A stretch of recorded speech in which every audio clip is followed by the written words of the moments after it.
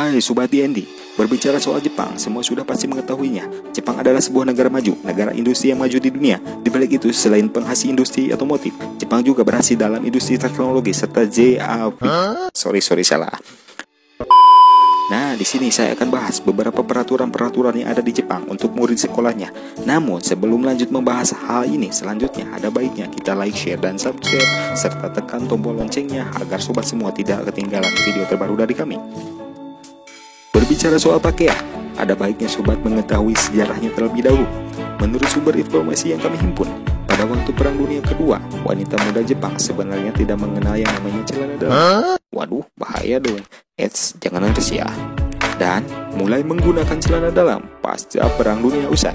Nah, di sini yang perlu diketahui, sebelum Perang Dunia Kedua, sebagian besar wanita Jepang selalu memakai pakaian tradisionalnya, yakni kimono dengan koshimaki di bagian bawahnya. Koshimaki adalah kain yang dilipat di bagian bawah pakaian yang dililitkan ke pinggang. Ya, itu mungkin dianggap sebagai celana dalam. Akan tetapi, sekitaran pada tahun 1939, para wanita Jepang beralih menggunakan monpe sebagai pengganti kimono. Monpe adalah celana longgar dan tidak mungkin saat itu berbarengan bisa menggunakan koshimaki atau terusan bawahan kimono. Kalau legging longgar ada nggak? Ketika memakai monpe berasa longgar, namun kiranya di saat itu ada yang kurang dalam menutupinya. Nah, di sini para wanita Jepang mulai beralih dan mulai menggunakan pakaian dalam ala barat dan dilapis dengan monpe. Kemudian pada waktu Perang Dunia Kedua, Jepang terlibat dalam Perang Dunia tersebut dan hasil akhirnya Jepang pun kalah skor tipis. Malah ngelantur. Salah maksudnya. Jepang kalah dalam perang tersebut yang mengakibatkan keterpurukan ekonomi. Dan sejak saat itu banyak tentara-tentara Amerika yang datang di Jepang. Karena dengan adanya tentara yang mungkin akibat keterpurukan ekonomi para wanita waktu itu, banyak para wanitanya menjadi penghibur yang menawarkan servis plus kepada tentara Amerika tersebut. Disitulah para penghibur memakai celana dalam gaya barat. Pada saat itu harga parfum dan celana dalam semakin mahal harganya hingga identik dengan pekerja seks. Hari demi hari, sekian bulan, sekian tahun, harga celana dalam semakin murah. Mungkin diobrak kali ya.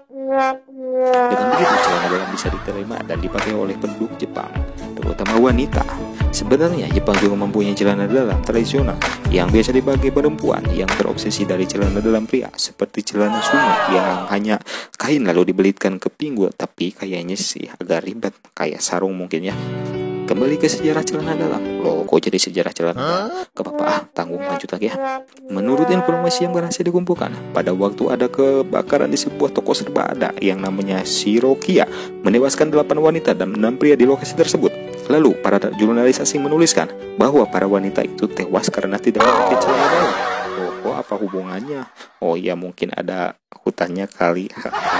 Sorry, I'm just kidding. Lanjut lagi, karena menurutnya adalah daripada membiarkan warga yang berada di bawah melihat hal yang berbau sensitifnya para wanita, jadi mereka lebih memilih diam hingga akhirnya tewas. Nah, sejak saat itu, yang membuat celana dalam semakin populer di Jepang, itulah sejarah singkatnya.